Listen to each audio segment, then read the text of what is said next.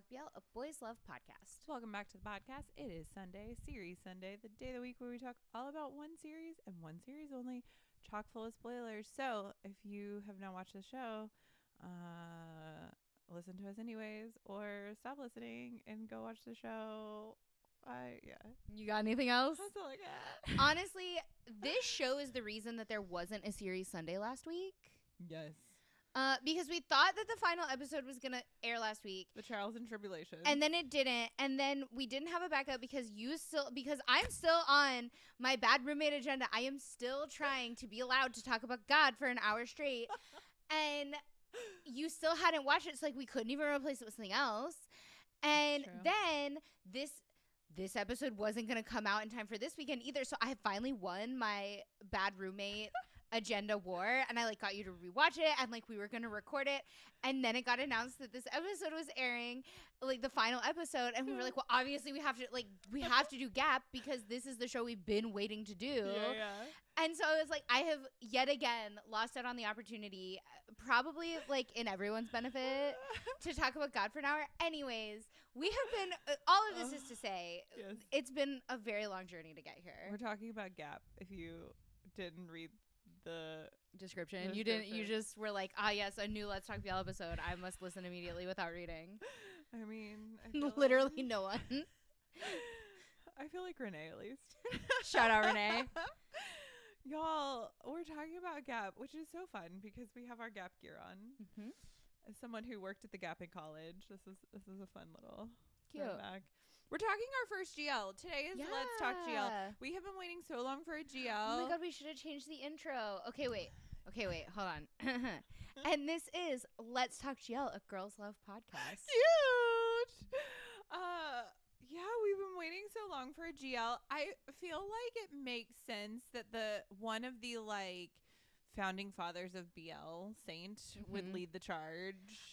When they first announced the show, I was so excited. I love Becky. Yeah. And I really like Becky and Freen together. I really like their dynamic. I really love Freen. I really, really like Freen. Yeah. And then this show, I feel took forever to get. Yeah. Maybe it just felt like it took a long time. Yeah. I feel also, I really liked the conversations that were had around GL. Saint felt like the right person to kind of usher this in. Right. Because I remember them interviewing him, the media in Thailand, and being why GL? What is the point? All these kind of the questions that you get when you start to introduce something new. And he's I just want to show stories of people that we have in the world. I want to represent everybody. And we've had BL for so long. It's time to do something new and different. Right. And I think we saw that with the excitement around Milk and Love and Bad Buddy. As big as Bad Buddy was, you heard just as many people talking about Milk and Love. Yeah, and again, we've seen this time and time again because with Sammy and oh my god, her name just flew out of my brain. Oh yeah, with Seven Project. God. Yes, and so before that they were a ghost ship and Until We Meet Again. Oh yeah, because she is Dew's sister, right? And she's all right, and Sammy is a friend, and so they were a ghost ship in Until We Meet Again, and then they got and so again, Gap isn't the first GL, but I would argue it is the first GL that has gotten this much attention. Right. Yeah. So it was always going to be an interesting journey. I remember when the first trailer came out and it was really spicy, and the conversation. Yeah, I remember that trailer. I was oh my god. Yeah. I mean, Secret Crush on You was pretty spicy, and so it made sense, I think, for this production company to lean into that too. Which, it's so interesting that you say that, because I guess that's just, those aren't the parts that are, we're talking about the show now at this point. We might as well, do the intro stuff before we do this. Yes. I've just realized that, now we're getting into a conversation. It's not just, quippy intro stuff. Okay, it is on YouTube, as is all Idol Factory stuff. It came from Idol Factory. Shout out Saint. It is 12 episodes. Now all 12 are on YouTube. It took a hot minute. They had a fan meeting, which they screened the finale secretly. They screened it like exclusively. So my question about this is, could I have paid for, because I tried to pay for it. I was like, I'll just subscribe, but like it wasn't even an option. I don't think it was streamed. I don't think there was an online option because it was a Philippine fan meeting, so it wasn't even like in Thailand. Fascinating. Yeah, so that was the announcement they made. They were like, it will be available a week later because of promotional activities. Yeah. Okay. And the director, I was looking it up. The director has not really done much. It's a newer director, but written by a woman. I was about to ask, is it a male director? It's a male director, but the screenwriter was a woman. Interesting. Yeah, I looked into that because I was like, I'm curious. I'm very curious about it. Yeah. We have Mon, played by Becky. Sam, played by Freen. Yes. Cannot wait to talk about these characters. A whole cast of side characters that we will get to. So many. Kirk, how could you betray me like this? We'll get there. Hang, I still love you. Okay. Synopsis. Long after Sam first came to Mon's rescue when they were kids, Sam is unambiguously Mon's idol. In order to be near her, Mon gets a job working under her. Yeah, she did. When they finally meet again at the office, Mon is surprised by her icy exterior, so different from the image she'd had of her and what she herself wants to be. Childhood trauma will do that to you. Mon and Sam aren't just different in demeanor, they stand apart in class, and between them is a gap of 8 years. I appreciate that they flat out tell us what the age gap is. Yes. Because in most of these kinds of stories, it's usually like ambiguous. It's usually like, one is older, one is younger. Like they don't really tell you. Potentially that's because the name of the show is Gap, and they want to be very clear about all the gaps they have. Right. Because I'm assuming it's like age gap, class gap, life gap. Well, and in Ep 12, like the speech at the wedding is like, she's like, like you filled in the gaps between us. Like they do use that as well. Yeah, like in the speech at the wedding. Yeah, I do. I love that trope of like saying the name of the show in the show. Yeah, this was an interesting show. It took me a minute to get into. I felt like there were some leaps. I enjoyed the show overall. I thought the production was really great. It felt like an Idol Factory show. Like, yeah, it was very Secret Crush on You. Like the drama, the character. There were a fun cast of characters, and of course Becky Freen have great chemistry. They feel really natural together. I felt like I didn't like Mon at all. Like I understand she has childhood trauma. I understand she's just going through something. But as someone who, and this is very specific to me. Wait. You didn't like Mon or you didn't like Sam? Oh, sorry. I didn't like Sam. Okay. Or Sam, actually. Sam is how it's from, because it's 3. Yes. I didn't like Sam because of my personal bias as someone who isn't a very family-oriented person. Character things like this frustrate me to watch because I grew up in a very small family, and any other family, I didn't have like a family obligations to people that like I didn't agree with or that didn't support me as a person. And so I don't like watching characters on screen who feel obligated to family just because they're family. Like that drives me crazy.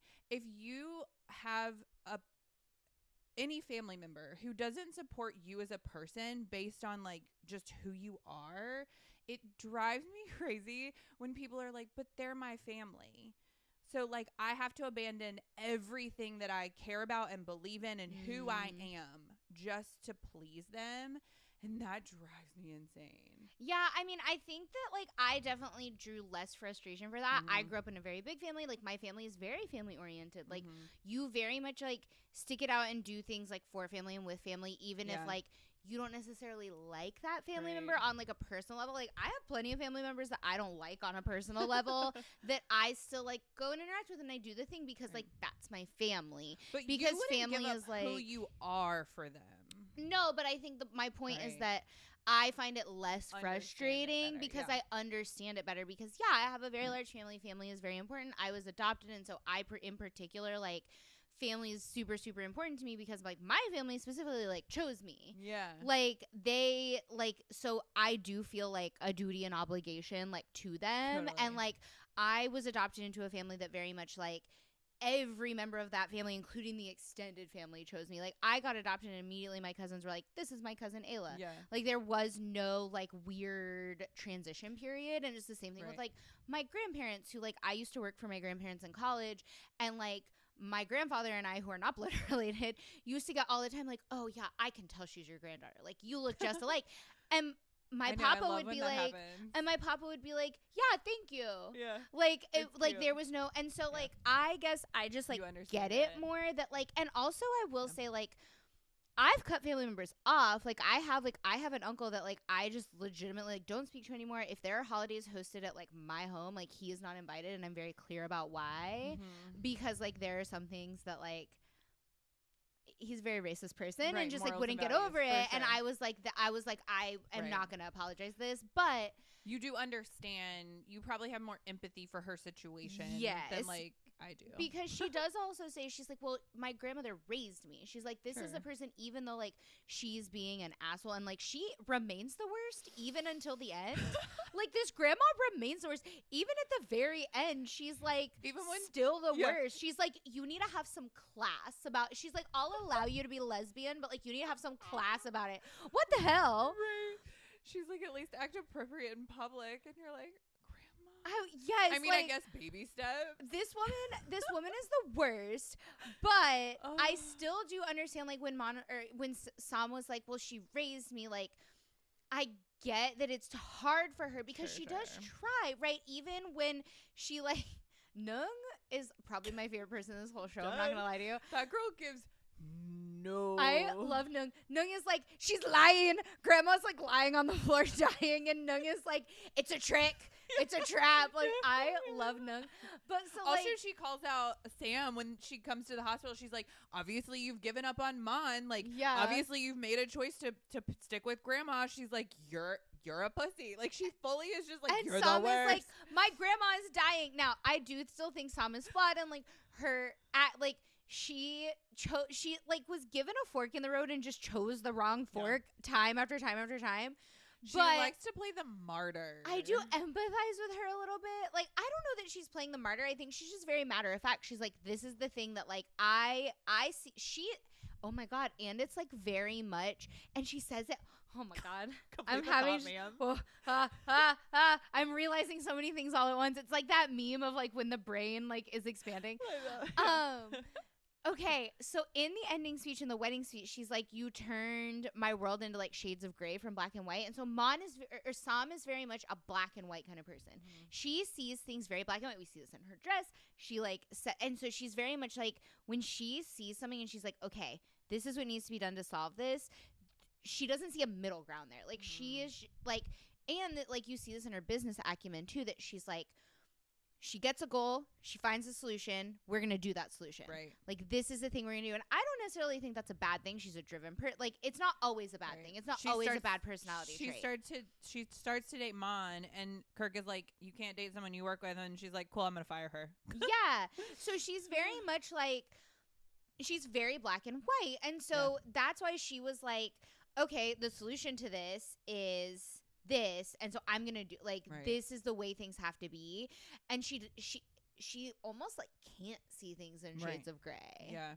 And so like, again, I don't think that's necessarily like a bad personality trait. I think that with some it's just frustrating to watch because like she's given the choice between black and white and she chooses the wrong color every time. Like, yeah, true. Yeah, I also Mon was an interesting character because you learn really early on that she idolizes Sam and that she like worships her. So the development of this relationship was always going to be interesting and slightly problematic because not only does she put her on a pedestal, but then she goes to work for her. So then you have that weird power dynamic of it's your boss. Yeah. Plus you have the age gap. Like there were so many like interesting dynamics between the two of them.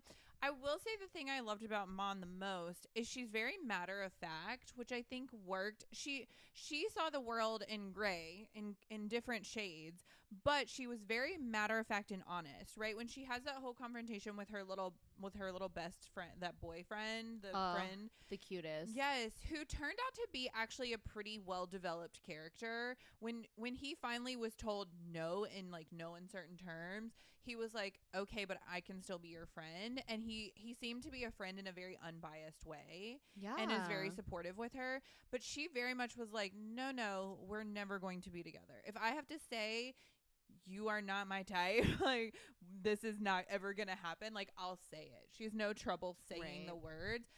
Although that gets her in trouble, which Mon and Sam at the beach frolic have already established their relationship. Yes. And then some, in like true 0 to 100 fashion, classic gay coupling in storytelling, she's like, okay, let's get married. And Mon is like, no, I'm not good enough for you. And then goes away. And you're like, what are we doing here? Yeah. And What? yeah. That it made no sense. And I get that she also, though, in that moment was like, it's not that just she thought she wasn't good enough for Sam. It's that she was like, your grandmother will never be cool with this. Right. And I know that you, right, like, Yeah. really take into account what your grandmother thinks and wants and needs from you. And partially it's because, like, yeah, Sam has gone through stuff, right? Like, her sister died. Right. And then her other sister, like, gallivanted away. She went to go paint her paintings. To go be a painter. I mean, Nung is a boss. I love Nung. Like, I think Nung is amazing. I also think she's beautiful. I love Nung. Yeah. Nung is my favorite. It is really funny, though, if you think about it, the fact that Nung is standing her ground because she wants to paint. Like, you have Sam and Sam, who are... Song, who are having to stand up for like who they actually are, for like their sexuality, whereas you have Nung is like, I just want to be a painter, I want to be an artist. Like, that's like, I mean, listen, like, respect because she fully is Totally. like, she's like, and you do see a little bit more at the end where you see this flashback from Sam where Nung teaches her, like, the way that they translate it is like she teaches her to like crack a smile, where basically like, yeah, and she looks so creepy. That whole smile conversation was fascinating. Yeah, she is like, you have to smile when you're not happy, Right. to fake it, to like get yourself there. Yeah. To like get yourself through those bad feelings. And she's like clearly very much like living like a false, like she's just unhappy. Yeah. And then like it comes, and that's clearly something that just like stuck with Sam. Like, it's funny, the little things like stick with you as like a kid that you learn from. Like, I obsessively put sunscreen on my hands, and I like do a lot of hand lotion because I remember my mom and like some of her friends talking about how they could tell Madonna was old because of her hands. Oh my God, I've heard that too.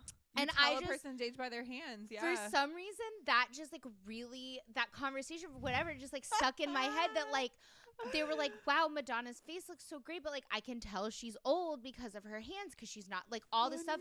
And like since then, like I was like, I'm gonna take care of my hands. Like, everybody forgets about the hands. I'm not like, I literally do like face masks and I take it off and then I put it on my hands.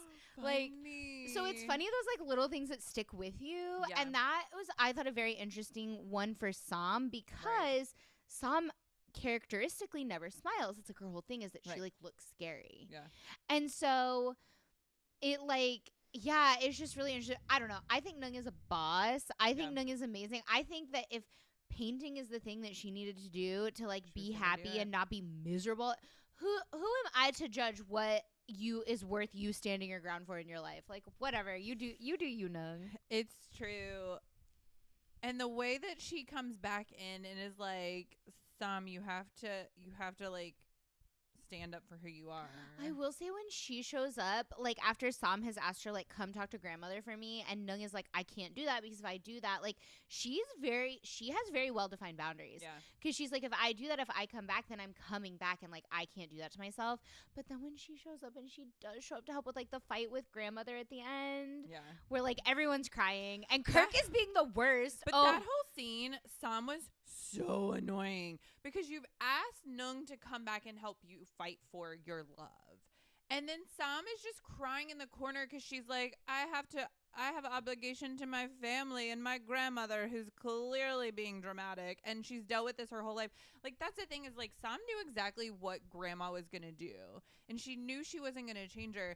So in that situation, I feel like you have to, like, be who you are. The fact that they made Kirk kind of the savior in that situation was a little annoying. Oh, that Kirk told grandmother, I don't want to get married? Yeah, that Kirk was like, let me come save you. Except that Kirk was the worst because Kirk kind of saved them, but, like, this was, like, I feel like Kirk continued to be demonized throughout the whole thing because, like, this was frustrating. Like, I do understand some because it's like you can charge into something, especially when it has to do with family. Like, if you're a family-oriented person, and you can, like, charge into something and be like, okay, I'm going to stand my ground. I'm going to do this. And then you actually get there and you're faced with it. And it's, like, a really hard thing to do. I think that's true of any situation. Totally. But, like, fucking Kirk. I was a Kirk defender. I was like, Kirk is a nice guy. Yeah. He doesn't know what's going. Like, I was like, it's not his fault. Like, I was a Kirk defender because I like Hang so much. Like, I like Hang and I like his face and I just really like Hang. And I was a Kirk defender for the longest. I think Hang was my favorite from Secret Crush on You. Me too. I loved him. Although I did love Daisy. Yes, Daisy was amazing. Anyways, this is not a Secret Crush on You series Sunday. yeah. But I was a Kirk defender up until the end, up until the point, like, it wasn't until he was like, Sam, you have to marry me because, like, what kind of life are you going to have if you're a lesbian? And I was like, that's when I finally was like, Kirk, you betrayed me. Because I was a Kirk defender up at, like, even past the red flags. Like, there were red flags and I was still defending Kirk. Because Kirk is the type of character that doesn't necessarily, he's not bad. He's not a bad person.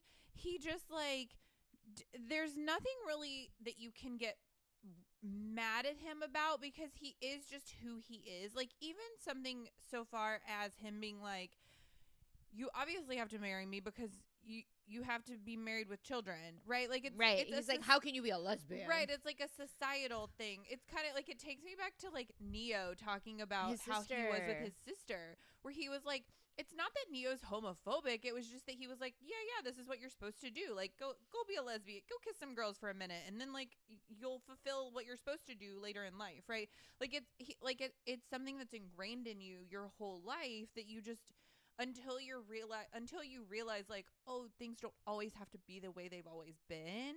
That's when you realize, like, oh, that way of thinking is really archaic, and you don't actually, like, there's nothing inherently bad about that. It's that we have come to a place where we realize there's diversity and there's different ways of living, and that people are who they are, and that just because we've always done something one way doesn't mean we always have to do it that way, and that it's important to kind of change your thinking within that process. And so I think with Kirk, at a certain point, he realizes, like, oh, she doesn't have to marry me, not because, like, I don't love her, but because she doesn't love me, and because, like, that, but just because of what she's quote unquote supposed to do doesn't make it the thing that she is going to do. I don't know. I'm a little less forgiving. Like, I think Kirk is the worst. I think even when Kirk was like, grandmother, I can't marry her because she's not, like, no matter how hard I try, she's never going to be happy with me, whatever. Right. I think that came down to, like, Kirk looking out for Kirk, not Kirk looking out for Sam. And I think that, like, you don't think he loved her? I do, but I think that conversation came out of, like, because the way that he even says it is like, he's like, I will never make her, I. It was very, like, me, I focus, right? Where he was like, okay, like, at this point he's realizing she's never gonna love him, right. And so he's like, well, then I won't be, like, it's not about her happiness, it's about his happiness, even when he's having that conversation. And so I do still think he's the worst. I also have a little less sympathy for, like, things like, oh, that's just how we were taught, because, like, it's 2023, we all have an iPhone, like, we all hold the world in our hands, like, if you want to, you can learn more. But also, like, yes, inherent bias is a thing where, like, if you were just taught to think one way about something your whole life and nobody points out to you that it's wrong, of course you're never going to question, like, should I be looking this up, right? Because, like, what would prompt looking those things up? It's somebody pointing it out to you, which is why it is important to, like, tell people when something they're doing is racist. You don't say it by being like, you're a racist, but you're like, you say it like, hey, can you tell me why you think about that? Or, like, why it is that you've come up with that. And then, like, give them a little history on, like, why that's wrong. Like, this happens a lot. Like, I'm from Texas, and so this happens a lot surrounding, like, Juneteenth, because like Juneteenth exists because like Texas actually was the last state that like got the right. And so like Juneteenth is just something that's always been celebrated in Texas because of that. But like a lot of the white people in Texas don't really know what Juneteenth is or why. Like you just know it's something that, and like you're never really taught about. And so this is just like an example of like this inherent bias around like the way that people talk about Juneteenth and the way, like, because people are like, oh, it's Juneteenth, they'll say things like, better go get my watermelon, which is like a super racist like statement. And so it isn't until you're like, hey, can you tell me like why you feel like you need to get watermelon on Juneteenth? Like and you have to like, but it's because in their brains they're like, that's what, I don't know, I always heard my parents like, and so somebody does have to point it out to you. The problem with Kirk is like, and you have to unlearn those things. It's not a one-time process. But the problem with Kirk is that it was explained to him multiple times that like she likes the ladies, and he still was like, but you have to marry me because grandmother said. Well, like, also, why not look at it? Like, I have very little sympathy for people who like, but also the thing that frustrated me too about Sam is that she never stood up for herself either, because you have Mon and Sam getting together and she's like, I'll break up with Kirk when I know I really like you. Or that did frustrate me. I would break up with you when we like do the thing real good. I'm like, oh my gosh, does the sex have to be good enough for you to like that turn made me mad? Gay? That like, made me really mad because I love Mon, and so when she was like, yeah, so she doesn't even, she's like, after they finally have sex, because they've done a lot of like edging basically. Oh my god. And then like, oh my god, after they finally have sex, she's like, okay, now I can break up with Kirk because like now I know I can be with you. And that's a weird thing to say, dude. And the fact that she like drags Mon into the breakup because she breaks up with Kirk in front of Mon, and she's like, she's the girl that I'm with, and like she uses Mon as like almost like her excuse, as like her scapegoat when she's like breaking up with Kirk. She doesn't just say like, Kirk, we're breaking up. She like she has no backbone to be like, Kirk, we're breaking up. Like, I'm telling you we're breaking up. She's like, this is my girlfriend. And Mon is there like, why is this like, it shouldn't be about her. I think she even says like, this isn't about me. Yeah. And it is frustrating because like Kirk and Mon had a really sweet relationship, which is why I was like, Kirk, how dare you betray me like this? Yeah. Because like they were very Pinong, and it was like a very, very cute Pinong relationship. Yeah. And one of the things that made me the most sad in the show was when Kirk switched to calling her Kunmon from Nongmon. Like, it's when he goes and has the conversation with her, and he's like, you need to let Sam go. Because, like, Mon has moved in with Sam. Like, it's after the fight with grandmother, and Mon moves in, and we're doing the thing. And Kirk comes and has a conversation with her and is like, you need to let Sam go. Like, she has to marry me. Like, all this stuff. And he's like, Kunmon, I hate to express this to you. And, like, it just it made me so sad that there was like this loss of that like very sweet like Pinong like friendship relationship. It did make me very sad. Yes. Yeah. Let's talk about the spice, because I thought this was hilarious. When they went to go get their nails done, I was like, no, that's not gonna work. And then the whole conversation with Jim, when she's like, before you do the thing, because they're having like intimacy troubles, right? And Jim is like, let me give you the like relaxing juice, the yes, the scotch. And then she pulls Sam aside, and she's like, you guys are gonna need to get rid of those nails. Those are not gonna be conducive to the situation. Although I like that was really I would love to know whether or not this is actually true, because like if you're a lesbian, comment below. No, truly, like I am genuinely curious, because I have friends that are lesbians, and like they have nails, so like there's got to be a way. I I mean, I don't know, but like, I just wonder if that's true or not. Yeah, I know. I always make that assumption about men, that if men have longer nails, then they're clearly not straight, or that they're not in a relationship. Because, like, I don't want a man with long nails touching me. Like, in any form or fashion. I just wonder if it's true or not, because like, also I have a lot of friends just in general, regardless of sexuality, who have like, they do the like long nails, and like, is that a sign for like, don't get close to me? If my nails are done that week, like, I don't want to do the thing. No, I mean, listen, I give my sister a hard time. Like, sometimes I'm like, I give my sister a hard time about her nails. This took a turn. But she does get some pretty inappropriate questions about like, how do you wipe when you go to the bathroom? Yeah. And she's like, what do you mean? Like, I have fingertips. Like, what do you mean? You like? Yes, but they're covered with her giant, because she has really long nails. She has really long nails. And so, yeah, I can imagine. I mean, I have trouble even with like. But no, they're not covered. Longer. It's practice. It all comes down to practice, True. and so maybe that's their problem, is that they hadn't had long nails long enough to have the practice. I have to go watch some YouTube videos. Also, like, after a while, like, I used to get long nails, and like, when I first like will get long nails again, like, I can't type on anything, but then after a while I pick it back up, because like, yeah, you kind of like do this with your hand, like you do this with your fingers when you're typing. Yeah, you probably work more with like the pads. Yeah, you work with like your finger pads. Yeah, and it's just, anyways, I'm just very curious to know if that conversation was true or not, because I just feel like there's no way that it's impossible. I don't know. I'm curious. I'm very curious. I really appreciated all the Secret Crush on You placement. That was pretty funny. So much Secret Crush on You placement. At one point in the very beginning, there's like a fan meeting with Billy and Sang, which I think is my favorite part. Played by Billy and Sang. By Billy and Sang, like, yes. They call them Billy and Sang. Sang. They call them Billy and Sang. Which is funny, because for the rest of the show, they play Secret Crush on You, and you're like, interesting. Secret Crush on You is like canon. Not canon. It's like, Mon and Sam live in our world. They're watching Secret Crush on You.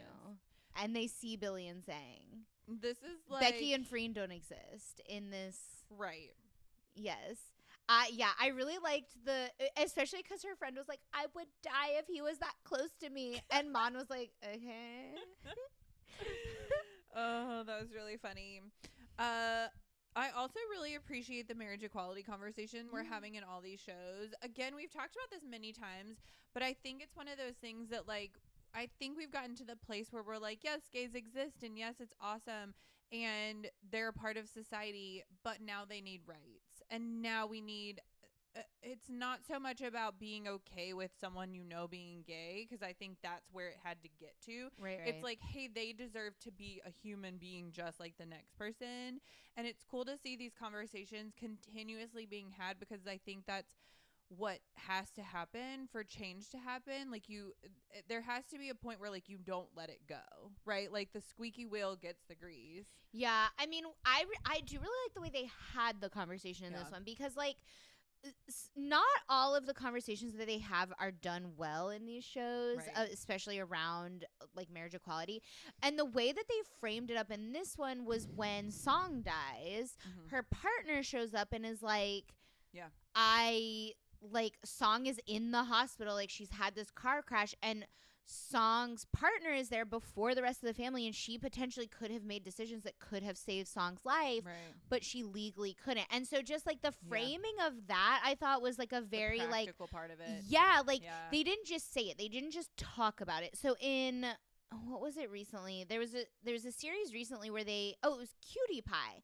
In Cutie Pie, they specifically like have a conversation about like, you deserve all the same rights as I. Like, if I were in the hospital, like, I want you to be able to make decisions for me. Like, they say it, but in this case, they show it. Like, they show the real life repercussions of that, and the way that it has repercussions on like not just Song and her partner, but like Song's whole family. She dies, right? Like, over something that, I mean, they don't really say this, but like for me, the implication was that like, she got there first. She potentially could have made decisions that would have saved her. Like, you don't know. You never know. Totally. Yeah, I agree. Also, who is Poom? Who was Poom? I missed Lord Poom? Sir Poom. Yes, I missed that whole conversation. I missed that too. Shout out Saint. Tell us in the comments if you know who P Poom is. Is he Grandma grandma's getting side piece? is he grandma's like hot young Hope side so. piece? Like I don't, because grandma doesn't deserve anything good in life, and Saint would be something really good in your life. Yeah, but maybe that's her awakening. Oh, because Saint is like, hey, my parents say this is cool. Yeah. Because I feel like, yeah, we kind of get that conversation where he's like, yeah, my family loves. Yeah, he's like, if they get married, my parents say they want to be like invited, like all this stuff. Yeah. And he's like, I was just in England, and like all my gay friends are gay. Like I know. That's the other thing, the royalty aspect of this. I do love that the show explains in the subtitles and in the description kind of the elaborate intricacies of why she's called like Lady Sam. Yeah, Kun Sam. Because I guess that's how they translate lady in Thai. Is she just calls her Kun Sam. Like Mon calls her Kun Sam the whole time, which is very funny because it's like, it's kind of like those old movies here where, like old movies where they called each other Mr. and Mrs. whatever, even though they're like a couple. They're like Mr. Smith, and you're like, but you're married to him. Yeah, and I know there's another word. I remember at the very first episode they like tell you what the word for like the honor, because it's like the honorable Lady Sam is what she's actually known as. And it's like honorable grandma is what like grandma's name is. Like she's honorable grandma is how it's like translated. Yeah, I was also fascinated by that because one time, like a while ago, these like college kids came and volunteered for something I was doing for work, and like later on, the girl who was organizing them was like, "Yeah, that boy's Thai royalty," and I was like, "Oh, that's cool and interesting." And I remember at the time I had like tried to look it up and like see what the deal with that was, and I was like, I don't see him in any of these like royal photos. Like I don't get it. And now I like know a little bit more about who this like boy was. Amazing. Yeah. Yeah, I think overall I enjoyed this show. I thought it was really well done. I liked all the friends. I loved the friends. I liked the development of the characters. I thought they did something really interesting with them. I liked the office mates. Yeah, the office mates were fun. I think I definitely preferred Mon over Sam. Sam just like never had redemption in my eyes. Oh, see, I didn't think she did anything that needed redemption. Like personally, she was a frustrating character. Yeah. Like in any other series, like their one half of them is going to be frustrating. True. But like she never did anything that I felt like she needed redeeming from for me. Mm-hmm. Yeah. Yeah. The one thing I didn't understand is like, why did we gloss over this like cheating man? And why are we all still friends with him if he's like trying to get it on with everybody in the office and he's married? Like, why are we still friends with him? That was a weird plot point. Yeah. Like that's the only thing that I still have questions. And I want to know who Poom is. Yeah, who's Poom? Who's Poom? Okay. Back to our God conversation. It's not me. It's not me. Although, yeah, somebody did comment. They were like, "I love Beth Ann bringing it back to God and war." Call you out. I think that you secretly love God, and because this happened with Mark Poom too. I was very into Mark Poom, and you were like, Mark Poom. I don't know. Like, I guess like giving you your space. I was like, no, Mark Poom is amazing, and I was like really going through it over Mark Poom. I still go through it over Mark Poom, but I was like really going through it over Mark Poom. Yeah. And then like eventually you realize Mark Poom was hot, and like that's what's happened with God. I'm telling you, every time I think a boy is cute, every time I like a boy, you're like, I don't know, I'm not into him. I'm telling you, in like a month, Beth Ann is gonna be God World. No, never. In like a month. Anyways, my whole point is that if you want to save us from listening to God talk for an hour, suggest an old BL. We will be doing Bad Roommate. In the in-between, tell us what you want to hear us do a series Sunday on, because I'm curious curious. What are those shows that are like in the quarters of the internet, and they can be from anywhere, that you want us to talk about. We should do a Young Royals series Sunday. We've had that request a few times. Yeah, and I just watched it, so that would be fun. But yeah, give us a suggestion in the in-between when a show isn't ending. We always have these moments where we're like, what can we do now? We will do Bad Roommate. There's no reason not to at this point. I have done so many shows where I'm like, yeah, I'll watch that so we can do the series Sunday. There have been so many shows. But not because I'm like, we have to. No, because you want to, and I care about you, and I'm like a nice friend. You're like actively like, no, I will not do this.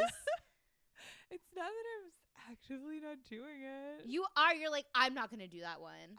If you literally you said to me the other day, if we record that, I'm not going to talk. Like, you were like gonna take like a vow of silence and do like a silent protest. And for what? Just to be mean to me. For no other reason. No, as in like what's the reason? I won't talk because you will have everything to say. Like, I have nothing to say about it. I don't know what to say about it. That's not true. You had so many opinions while we were watching it. I suppose we'll do Bad Roommate one time. Hateful.